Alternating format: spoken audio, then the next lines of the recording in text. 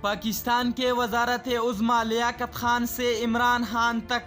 قیام پاکستان کے بعد پاکستان کے پہلے وزیر اعظم لیاقت علی خان نے 15 اگست 1947 کو منصب سنبھالا۔ ان کی شہادت کے بعد آج تک ایک بھی وزیر اعظم بدقسمتی سے اپنی آئینی مدت پوری نہیں کر پایا۔ کون وزارت عظمیٰ کی کرسی تک پہنچا اور کس انجام سے دوچار ہوا؟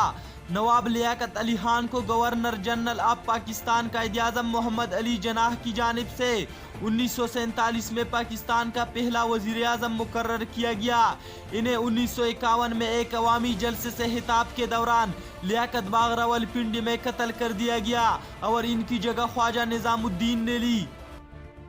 لیاقت علی خان نے وزارت عظمیٰ کا قلمدان 15 اگست 1947 کو سنبھالا، جبکہ 16 اکتوبر 1951 کو انہیں قتل کر دیا گیا۔ ان کا تعلق پاکستان مسلم لیگ سے تھا۔ 1951 میں لیاقت علی خان کے قتل کے بعد خواجہ نظام الدین پاکستان کے وزیر اعظم بنے۔ انہیں اس عہدہ سے اس وقت الگ ہونا پڑا جب گورنر جنرل ملک غلام محمد نے 1953 میں ان کی حکومت تحلیل کر دی۔ ان کا تعلق بھی پاکستان مسلم لیگ سے تھا۔ پاکستانی سیاست میں نسبتاً کم پہچان رکھنے والے محمد علی بوگرا نے 17 اپریل 1953 کو بطور وزیر اعظم خواجہ نظام الدین کی جگہ لی۔ اس وقت کے گورنر جنرل سکندر مرزا نے 1955 میں ان کی حکومت ختم کر دی۔ ان کا تعلق بھی پاکستان مسلم لیگ سے تھا۔ محمد علی بوگرا کے بعد چودھری محمد علی نے 12 اگست 1955 میں ان کی خالی کرسی سنبھالی۔ ان کے دور میں ملک کا پہلا آئین بنا۔ انہوں نے 12 ستمبر 1956 میں صدر سے اختلافات کے باعث استعفیٰ دیا۔ ان کا تعلق پاکستان مسلم لیگ سے تھا۔ حسین شہید سہروردی 1 سال سے کچھ زیادہ عرصہ تک عہدے پر فائز رہے۔ پھر انہوں نے بھی سکندر مرزا سے اختلافات کی بنیاد پر 17 اکتوبر 1957 کو اقتدار سے علیحدگی اختیار کی۔ سہروردی نے وزارت عظمیٰ کا قلمدان 12 ستمبر 1956 کو سنبھالا۔ ان کا تعلق آل پاکستان عوامی مسلم لیگ سے تھا۔ حسین شہید سہروردی کے بعد سکندر مرزا نے ابراہیم اسماعیل چندریکر کو منتخب کیا۔ وہ اس عہدہ پر 2 ماہ رہے۔ انہوں نے دسمبر 1957 میں استعفیٰ دیا۔ ان کا تعلق پاکستان مسلم لیگ سے تھا۔ 16 دسمبر 1957 کو فیروز خان نون نے پاکستان کے 7ویں وزیر اعظم کے حیثیت سے حلف لیا۔ انہیں 17 اکتوبر 1958 کو فوجی بغاوت کے نتیجے میں اقتدار چھوڑنا پڑا۔ ان کا تعلق ریپبلکن پارٹی سے تھا۔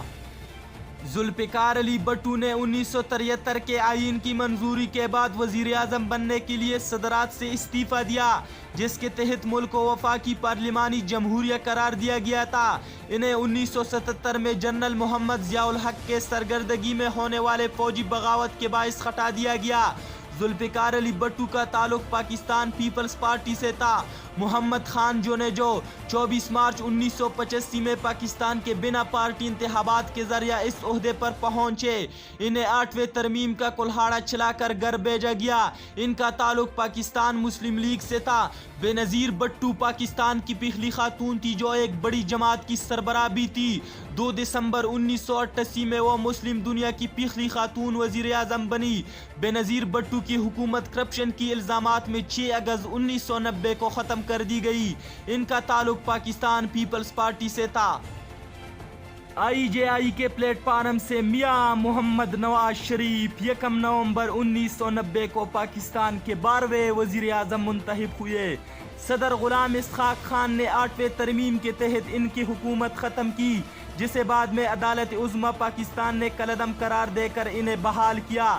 نواز شریف نے جولائی 1993 میں کاکڑ فارمولہ کے تحت استعفیٰ دیا، جس کے باعث صدر کو بھی عہدہ چھوڑنا پڑا۔ بے نظیر بھٹو دوسری دفعہ 1993 میں وزارت عظمیٰ عہدے پر آئی۔ انہی کی جماعت سے تعلق رکھنے والے صدر فاروق لغاری نے 5 نومبر 1996 میں انہیں عہدے سے برخاست کیا۔ نواز شریف فروری میں 1997 میں بھاری اکثریت سے دوبارہ اس عہدے پر فائز ہوئے۔ انہیں 12 اکتوبر 1999 میں جنرل ریٹائر پرویز مشرف نے عہدے سے ہٹا دیا۔ ظفر اللہ خان جمالی بطور وزیر اعظم جنرل پرویز مشرف کے خارجہ اور اقتصادی پالیسی پر چلتے رہے، لیکن وہ اس عہدہ پر زیادہ دیر رہ نہ سکے اور 26 جون 2004 میں استعفیٰ دیا۔ ان کا تعلق پاکستان مسلم لیگ کاپ سے تھا۔